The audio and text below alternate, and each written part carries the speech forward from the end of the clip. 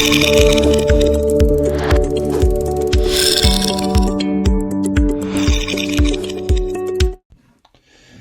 Edward O'Daniel here with VeteranLandlord.com, coming to you to give you some information, 17 ways landlords can make more money. Now, as a landlord, of course, you make money with rent, but there's a lot of other fees and charges and things like that that some landlords actually provide in their lease that should actually be removed and made as a separate fee because you can monetize that.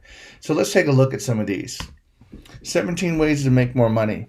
We have an application fee, convenience fee for certain payments, notice posting fee, garage rent, late fees, lease termination or buyout fees of a particular lease, lease violation fees, non-sufficient fund fee, parking fees, month-to-month fee, missed appointment fee, pet rents and deposits. That's always a favorite.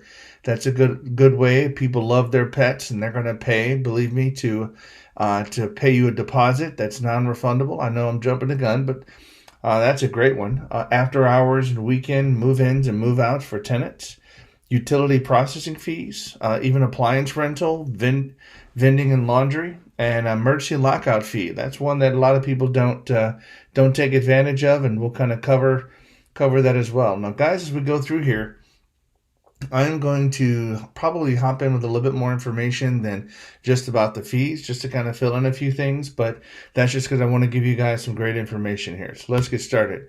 Application fees, I mean, that's pretty much standard. I would always suggest requiring an application fee because the problem is that whenever I've ever done application fees and have not required an application fee, I get lower quality applicants. Just people who either could not afford an application fee or didn't want to risk it. Now, if it's free, of course they'll take their time and submit it. Okay, but if you're doing this by paper, that could take a lot of time, energy, and effort for doing this. So if you're going to have an application, if you're going to process your own applications, then obviously require an application fee. If you're outsourcing this to a tenant screening company, then just make sure the application fee covers their fees for them to be able to do that.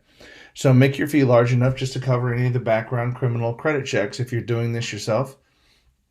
Those different types of third-party services will charge you for those, so just make it large enough. Typically, $50 is a pretty good amount to charge for an application fee. Some people even charge more for application fees. But again, there are times on this one here where I will, if I have a rental that is not moving, for instance, I've got a lot of people looking at it, but it's a rental that just doesn't seem to be getting an application, I might tempt them, just like a special, to just do like a no application fee for like the next 24 hours. Like I'll send an email or a text blast or something for all the people who had inquired about the property.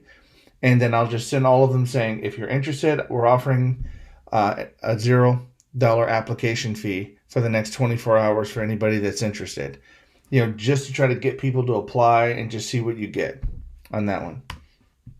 Appliance rental service. This is kind of interesting. I can't really say I do this a lot personally, but when you're dealing with tenants here, tenants may not always want to deal with leasing or buying appliances. So, I mean, you could provide them for them and actually make a bit of money depending on how long they stay in your place.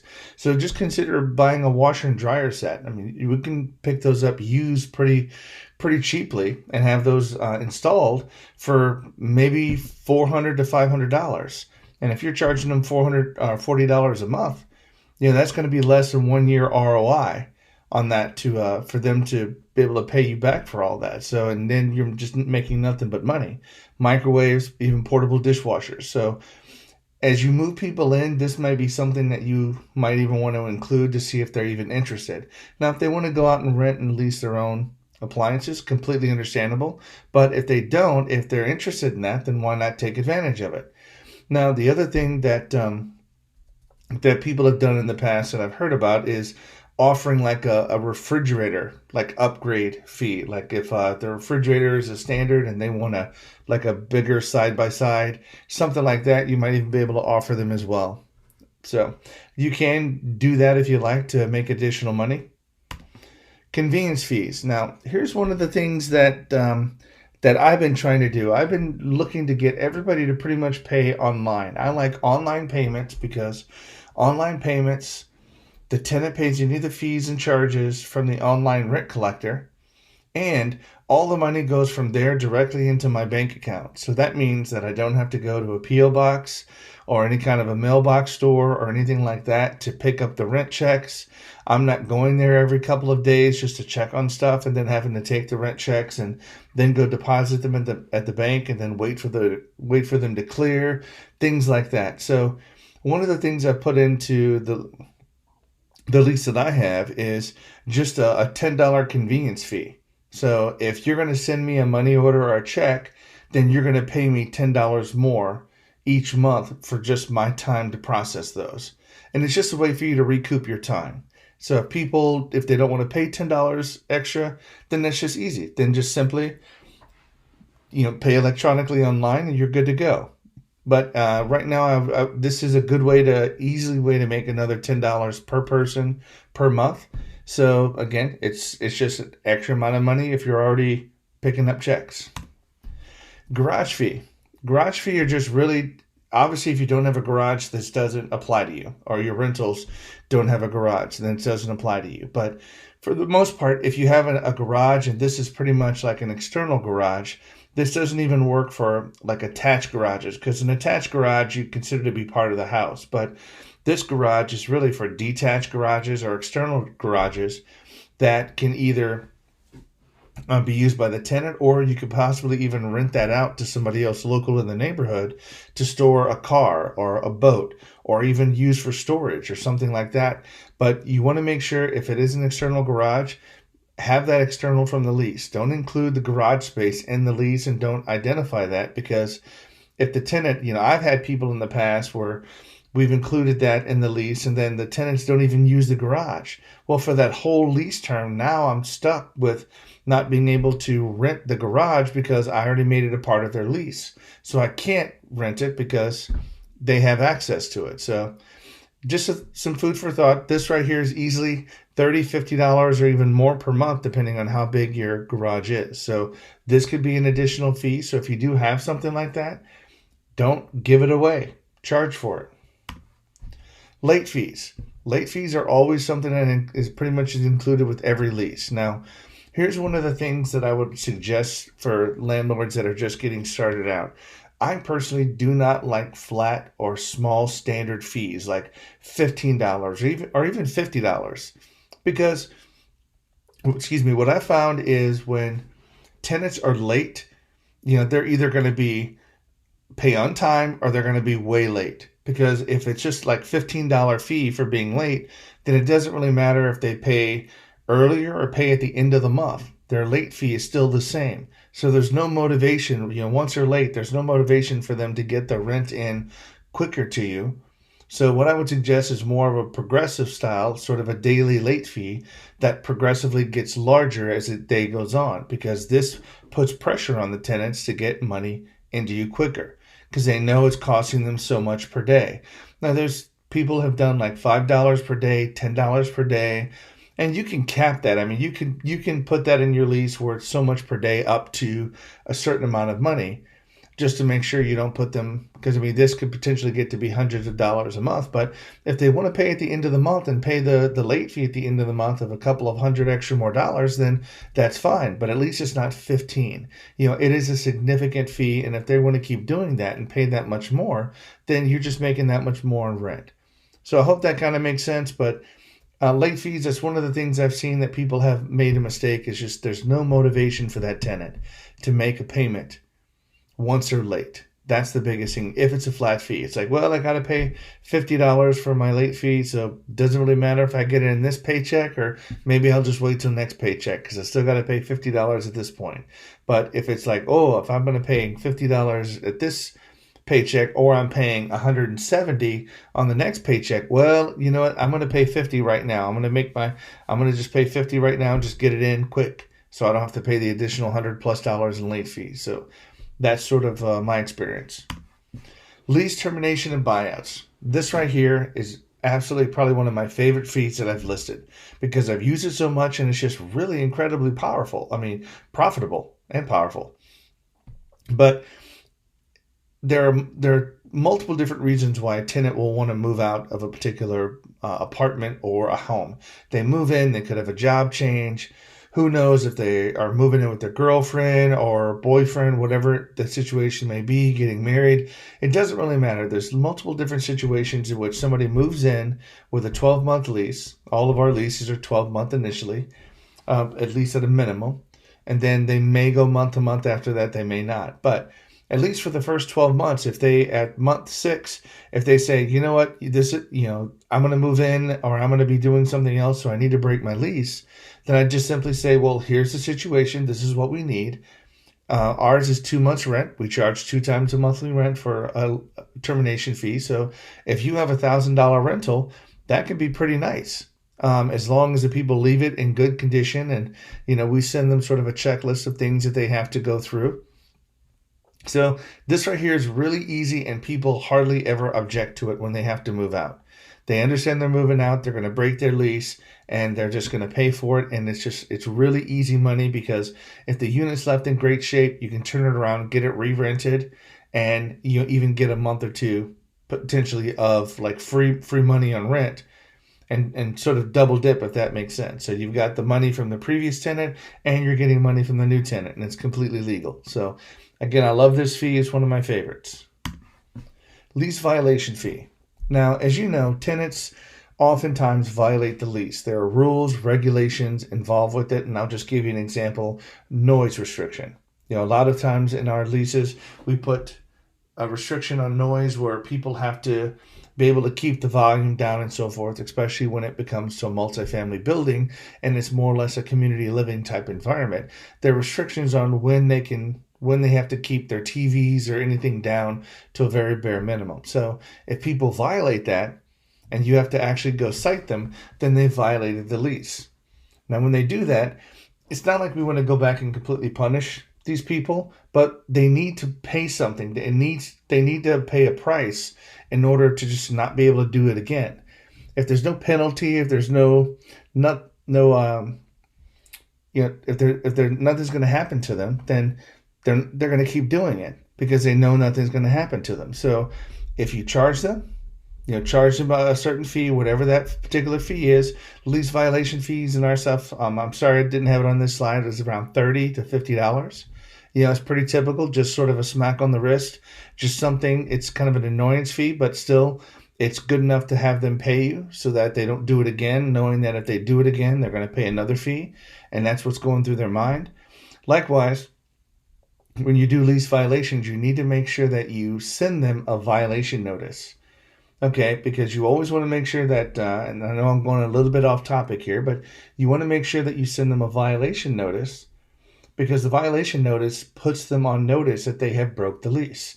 So if this person becomes a problem and you've cited them 3, 4, 5 times with different lease violations, then when you go to court, you can use that as another mechanism to get them out, even if they are paying their rent, because they continue to violate the lease and you can document that with your paperwork. So anyway, that's just some additional information for you. NSF, non-sufficient funds fee. Now, this is for the landlords out there that do online rent payments.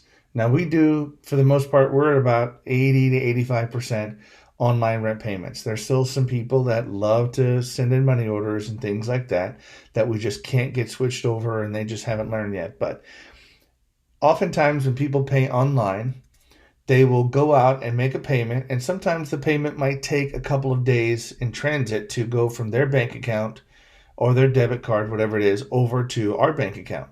Now, during those days, they might make a payment and they might either not have enough money in their account, or they spent money on their card, or they wrote a check and then that got cleared before the payment online went over to their rent. Regardless, what you end up getting on your system is a non-sufficient funds email from your provider, just saying that there were not enough funds to cover the charge that this person was trying to pay their rent. Now, when they do that, I want you to think about this. This is no different than a return check. They send you a check, you send it to the bank sends, nope, there's not enough money into it. They charge you a fee for this. But not sufficient funds, typically they don't charge a fee for it, but you should. You should charge the tenant at least. Again, you should, if you see that sort of Catholic school where the nuns, crack you over the knuckles or something for doing bad, that's what you need to do. You need to there needs to be a penalty for them doing this, because otherwise they will continue to do this month after month, causing you delays in your rent processing. So have some sort of a fee. Again, you could pick whatever, check with your state. A lot of these things, guys, I want you to make sure that you check with your attorney and just see what can you charge. Are there limits of what you can charge? Can you charge these fees in your particular state? Now, I'm based out of the St. Louis, Missouri area, guys. In Missouri, yes, we can charge fees for these. So we've already checked on that. But just check in your area to make sure that that you can charge for these fees. But I'll just tell you, we charge people $40. That's what's in our lease, $40 for non-sufficient funds. So every time somebody bounces, which right now we probably average 5 a month, that end up, for some reason, when they make their payment, they don't have enough money in there, or something else cleared before our payment cleared, something like that. So we easily make a couple of $100 a month off non-sufficient funds. And again, just please make sure with the tenants that you penalize them. Now, if you want to, don't get me wrong, you don't have to do this. If this is a one-off situation and you've got a good tenant who's paying, of course you don't want to sit back and, you want to make sure that you're cooperative with them. I mean, if they paid their rent on time for, if they've been there for a year and they paid their rent on time and this one time they had a non-sufficient funds, then you don't necessarily have to charge them for that. Just, okay, please don't have it happen again. So it's within your power to say, we're not going to charge you. But you want to make sure that you have the power to be able to do that. And the only way to do that is to put it in your lease. Okay, all of these charges have to be in your lease, written in there and explained, signed off by the tenant in order for you to be able to charge them legally. So let's move on. Month-to-month fee. Great. So I mentioned earlier that all of our leases are pretty much 12-month right off the bat. And then sometimes it's not always 12-month. I'll take that back. Sometimes, like if we're doing something, if it's like later in the year, like September, October, and I don't want my rental to come up next year, like during that time frame, because later in the year it gets a little bit harder, especially in our areas where we have all 4 seasons and it becomes cold and there's winter and there's snow. Well, I know in some other states, you guys don't get those things, so it may not be the same, but I want to make sure that they come up in the springtime here. So I might do a short 7-month lease initially just to get them into spring, and then do either month to month, or I will do another 12-month lease from there just to put them in the right time of the year when that lease expires. But regardless, after the 12 months, and they go month to month, if they choose to do this, typically this is called a holdover clause. If you ever see a lease, it's a holdover clause. And typically a holdover clause will have some form of payment, like it'll be an additional X amount, just a fixed rate extra per month. If you choose month to month, some people even put percentages in there, like 3% or a 5% increase in the rent. So either way, you can put in a clause if somebody wants to do month to month, just to make it, in a sense, make it harder for them to continue to do month to month, and more push them towards signing another 12-month lease so they don't have this additional monthly rent payment. Now, the one thing I want to make sure that you guys understand is, on a month to month, check your area. Again, check the legal restrictions. But in the state of Missouri, for instance, when people are on a month to month, all they have to do is give you a 30-day notice to move out. Now, that's kind of dangerous because, like I said earlier, if you've got rental property somewhere where you have all 4 seasons, and somebody comes along in the middle of November or the middle of December, for instance, and says, I'm giving you 30 days notice, they can really make it inconvenient for you and make your vacancy longer because of the time of the year they choose to vacate. Whereas if it was a 12-month lease, then you can dictate when the end of the lease is from the lease period. So that's just something to keep in mind, that, if you want to do month to month, again, you don't have to. You don't have to have a holdover clause. You can just strictly say, this is a 12-month lease and I don't accept any month to month. Either you're on a 12-month lease or you don't rent from us. So that's perfectly fine. It all depends upon your policies and your procedures. So moving on. Missed appointment fees. Now, this may seem kind of strange, like, what do you mean missed appointment fees? But oftentimes, as a landlord, you may very well go out and do inspections on your rental properties. You might want to go out and inspect, or if the tenant's having a problem and you might have somebody, for instance, like it's cold and you might have somebody go out and check the furnace or check the heater or the boiler or whatever you've got in your system, in your property.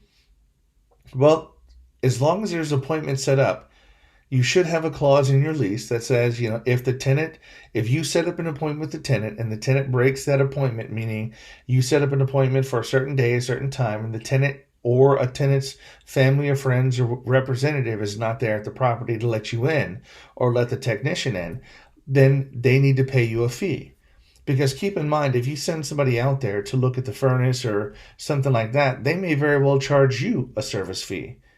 So you want to make sure that what you collect from the tenant at least covers that service fee, because the tenant is the one that actually set that appointment. So they should be there. And if they're not there, they should pay some penalty for that.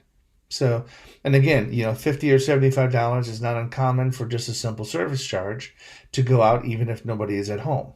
So just something to think about.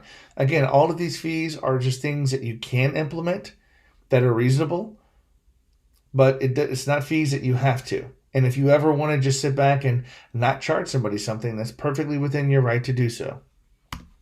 So pet rent and deposit. We kind of talked about this. People love their dogs and cats and their pets. Okay, so pet fees, we actually have two ways of making money here: pet deposit and pet rent. So with our pet deposit, all of our pet deposits are non-refundable. Now, this is up to you. Your policy can be refundable, non-refundable, completely up to you. But right now, we choose non-refundable because if people have pets, for some reason, there's always going to be something else that gets damaged that we want additional money, like towards a security deposit, that is going to fix the property up. So pet deposits, again, the deposits, somewhere between $200 to $400 per pet deposit. And so if there's 2 dogs, then that's 2 times the pet deposit. And those are non-refundable. Likewise, if they have pets, they pay pet rent. So it's an additional rent each month that you collect on top of the normal rent for the property that you charge. So, and again, that could be, say, $20 to $40 per pet per month. So those are additional fees for people, and this is if you allow pets. If you live in a property or some other thing and you just don't allow pets, then this does not even apply to you. But if you do, this is an easy way of making money. If people want to move in and they like your place, they will pay you the deposit and this pet rent because they want to live with their pets, and people will pay for their pets. Utility processing fee. A lot of people may not have heard of this one either. Now, depending on where you're at across the United States, a lot of municipalities and cities and towns and so forth make the owner of the property responsible for a particular utility bill. So let's just use water. So the water company in your area doesn't care if it's a rental property or not. They are charging the owner on the tax record. You are responsible for paying this bill each month, even if you have it in your lease that the tenant pays for all utilities. So you may sit back, and as you get the bill for water, you may send the bill to them for them to pay it, or you may tell them to send additional money in to pay that. However you want to do that, that's completely up to you. That's about your policies and your procedures. But the problem that you have here is, let's just say if you send the water bill to, if you scan it in, for instance, and email it to the tenant to say, here's this month or this quarter's water bill, however they bill, and the tenant doesn't pay it. Well, ultimately, you're the one on the hook for that. You being the landlord or the owner, you're the one on the hook for that utility bill. So sometimes we've had to do this in our area where we will actually pay the bill for the tenant. So let's just say the tenant pays us $1,000 in rent and the water bill is $100. So right now we will take $100 off of their rent, pay the water bill, and then we will charge the tenant. We charge them $50. So we charge, if we have to pay the bill for you because you can't pay it on time, then we're going to charge you $50 to pay that bill for you, because that takes your time, your energy, your resources. I mean, I know it's not a lot, but it's an envelope, it's a stamp, and it takes time to write a check out and do all the accounting part of it here. Well, that takes your time, which means you should get paid for that. So charge them something for it, pay the bill, have it off their rent, and now the tenant is late on their rent. So instead of paying $1,000, they only paid $900. So at that point, you would pay the bill, charge them for it, and just simply let them know via email, text messaging, or give them a call, or send them a letter, however you do that in your lease, whatever forms of communication you have in your lease, just follow that, and just let them know that this bill was not paid. You gave them notice to get it paid. You paid it for them and charged them for it, and now they're late on their rent because instead of paying $1,000, they really only paid $900. Or if you took out your fee, $850. Because now $100 went for the water bill, $50 for you writing the bill. Now they only have $850 in rent. They are still $150 short, and if they don't pay it, the late fees will start accumulating. So this will, again, if they just follow your process and your procedure, this won't happen. If they would have just paid the bill on time, then you wouldn't have had to do any of this, and they would have been on time. But because they didn't follow your lease, your policies, and your procedures, they're going to pay for that. And then they're going to think twice about doing that in the future because they know it's going to cost them some money. So next thing is after-hour or weekend move-ins and move-outs. So one of the things I've seen landlords do is I talk to a lot of different landlords and see a lot of user groups is landlords will talk about tenants and moving tenants in, that tenants only want to be moved in at inconvenient times because, well, the tenant's working, they're only available after 5 o'clock or 6 o'clock to move in. Well, the thing you have to understand is that the tenant needs to bend toward your will, not necessarily you toward theirs. So we have just a standard policy. My recommendation to you is just come up with a set policy of we do move-ins Monday, Wednesday, and Friday from 10 o'clock in the morning to 2 p.m. So pick one of those days, Monday, Wednesday, Friday, between that time frame, and then we will move you in during that time frame. And those are your allotted time frames that you have. If you want to pick any time outside of those move-in times, then we are going to charge you a convenience fee, a move-in fee. If somebody wants to move in on the weekend, well, of course you want to get them moved in because you want to collect the rent and having them start paying rent and so forth. But you also don't want to, you want to have a life too, and you don't want to bend your time around there. So if they do want to meet after hours or on weekends, then just charge them a $50 fee. $30 to $60. I think that's reasonable. Charge them a fee, even if it's a small one, for going out there for your time to meet them on a Saturday, because typically you've got to rest too, you've got a life, you could have a family. You want to make sure that you get something for that. So if you tell them that you're going to charge for them outside of those particular hours, it's amazing how they will put their move-ins and move-outs, if a tenant moves in or out, during those time frames that you specify. And that makes it more convenient for you because now you handle everything during business hours and you're not just crazy doing things after hours on weekends and driving your spouse crazy because you're always working. So that's another fee that you could potentially charge if people don't want to, if they don't want to fall within your policies or procedures. Now, notice I keep saying this a whole lot. Policies and procedures. Okay, it's very important, in my opinion, that you guys have that you have a policies and procedures. Because if you ever need to meet with somebody, ma'am, our policy is we only meet Monday, Wednesday, and Friday between 10 a.m. and 2 p.m. to do move-ins and move-outs. We can do them outside of that area, but there's an additional charge. So is there any time during the Monday, Wednesday, Friday, 10 to 2, and so forth? That's your policy. Stick with it, because if it's your policy and if it's standard, then people don't question it. So I'm just trying to help you out because it's just like everything else. If you have this solid and it's down, then you will not have a problem when it comes to having people make a decision for you. I mean, because you're giving them what your policies and procedures are. So this right here is an emergency and lockout fee. Now, if you've been a landlord for any length of time, you probably have gotten a call from the tenant saying, oh, something silly happened. My kid locked the bottom, lock on the handle, and we're locked out of the house, and I left my keys inside the house, and I was hurrying up. It's always some excuse. But they always want you to drop what you're doing right then, bring a spare key over there, and just rush over there and let them in their house so they can continue with their day. Okay, now I'm just going to let you know, as far as our lease goes, the lease that we have pretty much just states that if you get locked out, that's not a responsibility.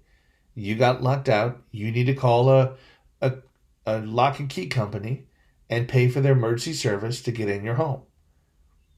Now, one of the things that we have started doing is we've actually started putting lock boxes, mountable lock boxes, somewhere mounted on the house, like one of the door frames or something like that.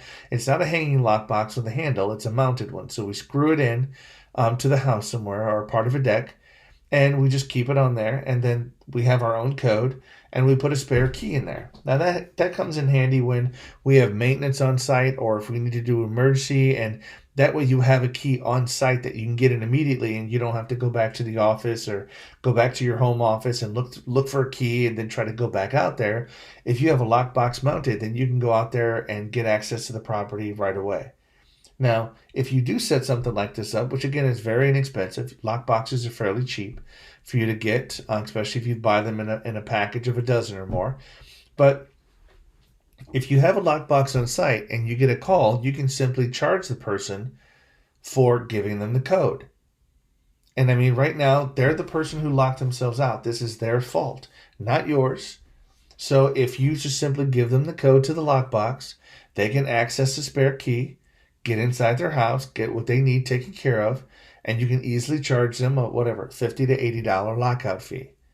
Now, the one thing that you will have to do on this is when the person puts the key back in there and closes the lockbox up, now they have the code for that particular lockbox. Now they can go out there and open it up whenever they want. So the next time you're on site, you just might want to make a note, if you're ever just driving by your rental property, to go and just change the code on the lockbox to something new, and then make a record of it back in your office so you know what that code is.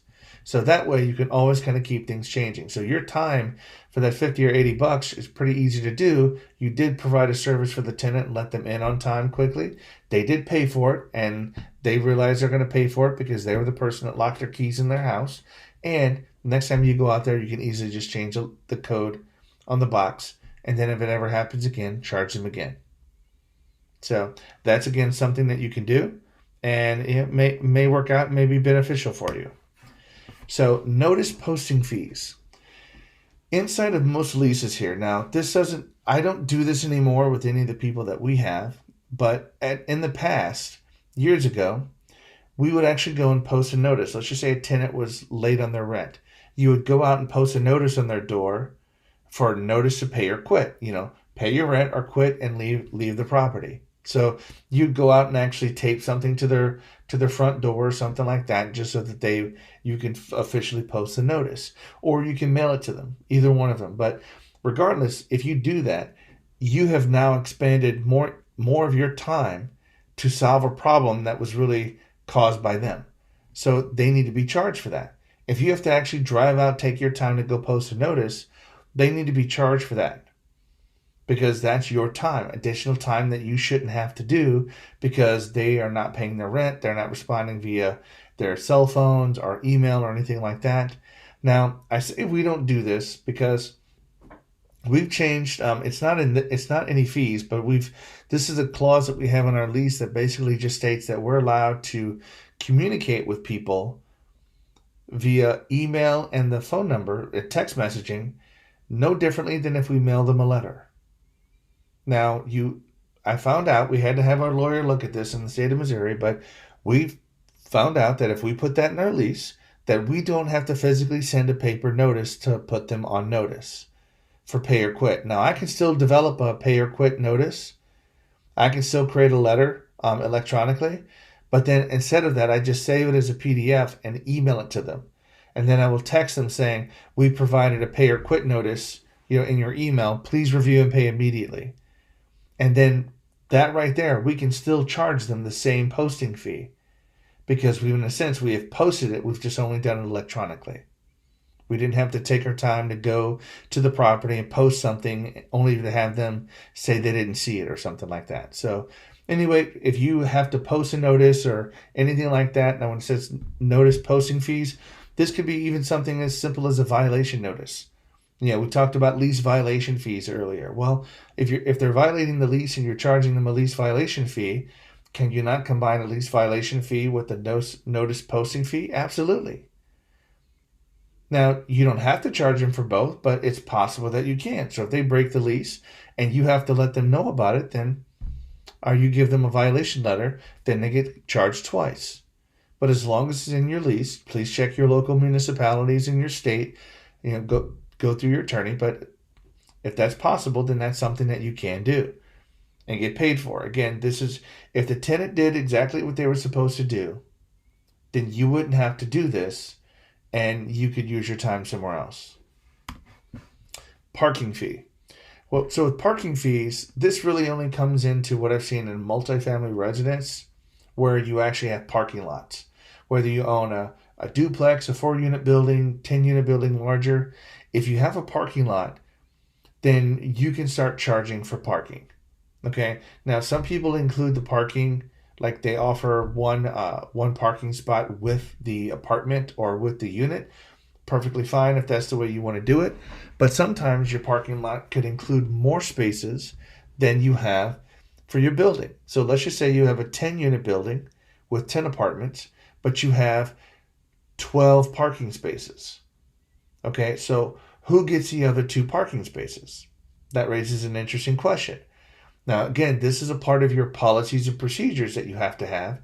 You have to have a policy and procedure about how people handle this. So out of the 12 parking spots, let's just say they're all numbered 1 through 12.